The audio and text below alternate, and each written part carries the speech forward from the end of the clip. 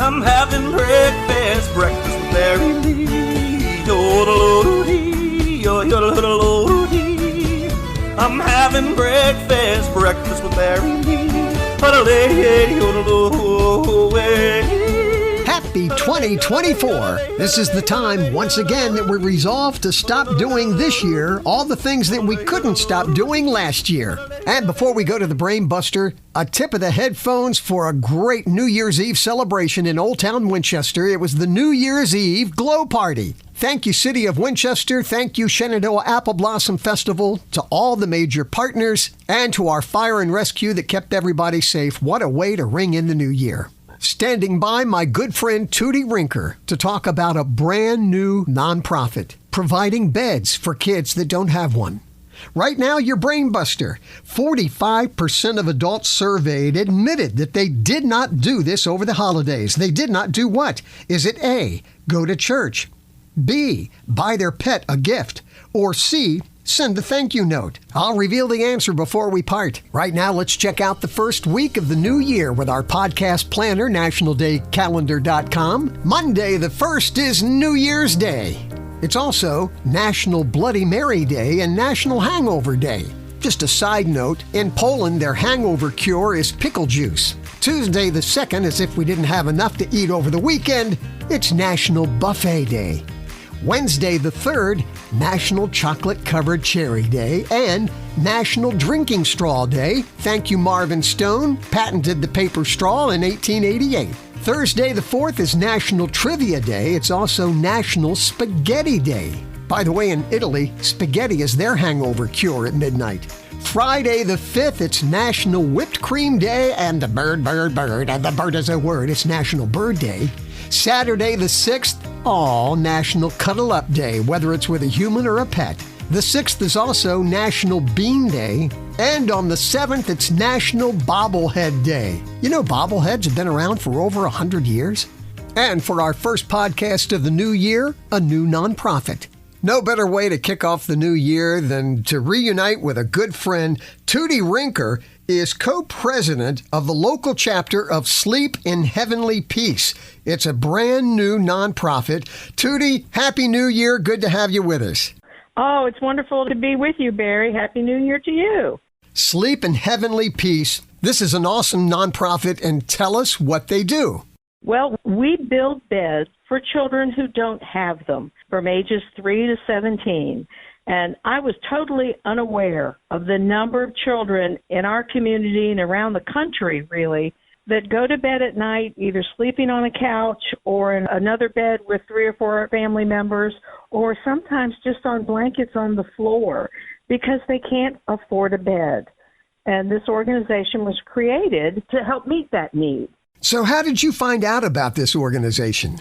Well, it was interesting. As a Rotarian, we had our district conference last March, and our governor at the time, Kathy Cantor, had this wonderful idea that instead of listening to speeches all day long, we were also going to do 3 service projects while we were there.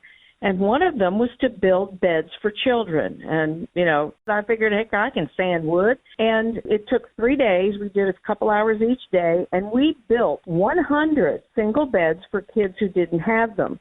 But what really got me in the heart and kind of blew me away was the fact that out of those 100 beds, when we left there that Sunday, all of those beds were spoken for, right there in the New River Valley, Salem, Virginia area.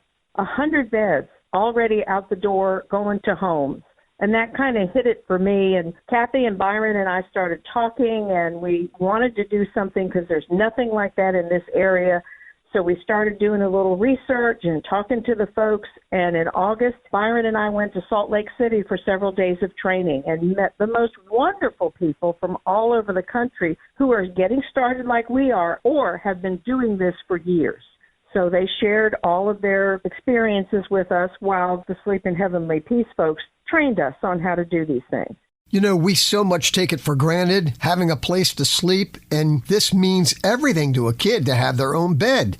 Oh, definitely, definitely. It's something they can call their own, and you and I know how sometimes you just want to stretch out, not be bothered, and just get good sleep, and how important it is for these kids to go to school with a good night's sleep, to be able to pay attention and physically to feel well all the time. It's a mental health and a physical health need that we're helping to meet. Being a local chapter, Tootie, what counties are you going to be covering? Well, we're going to be in Shenandoah, Winchester, Frederick, Clark, and Warren County. So, being new, you're going to have an organizational meeting coming up on the 15th of this month. And who are you looking for to step up? Well, we're looking for organizations. We already have a partnership starting with the Lions clubs in our area, but the American Legion. We're going on what other people have done in their communities as well. You know, any of our service organizations, the community organizations, civic groups, Ruritans, you know, they're already reaching out and volunteering, and they have that wonderful volunteer spirit. But we're also looking for the FFA chapters in our local high schools, any of the technology building groups, builders associations, but also individuals who really want to do this. Anybody with no skill or minimal skills can help us come in and build a bed. This is such a streamlined process. There's even going to be a volunteer thing online where you just sign up. They tell you where we're building and go for it. And we're planning on trying to do a build every month so that we can start getting those beds out there and meeting that need. But you don't have to have a skill. We have families. We were there where families came and even young children were helping. They were putting the bolts and everything in the bag so that when the delivery team goes out, they have everything they need. We had an interesting story was an elderly lady in her 90s came with her daughter in their 70s, and they just wanted to help. And they stood there for half an hour and helped at the sanding station. Never done anything like this in their life, had a great time, did what they could do physically, and when they left there, they had done something, and they had taken part, made friends, worked with people. So, I mean, it's kind of no limit. Families, anybody who's interested in learning more. And so individuals and organizations can volunteer to help put the beds together, but it also takes some money to purchase the lumber, the bedding, and things like that, too. Exactly. And we're looking for individuals and organizations who want to help in that way. If building is not your thing, we're looking for individuals who would like to be part of delivery teams, going out and actually going to the home, putting the bed together. Because when we do a bed for a child, when we deliver it at their home, when we leave there, there's a sheet, a comforter, a pillow, and a mattress on that bed, so that child gets right into bed that night.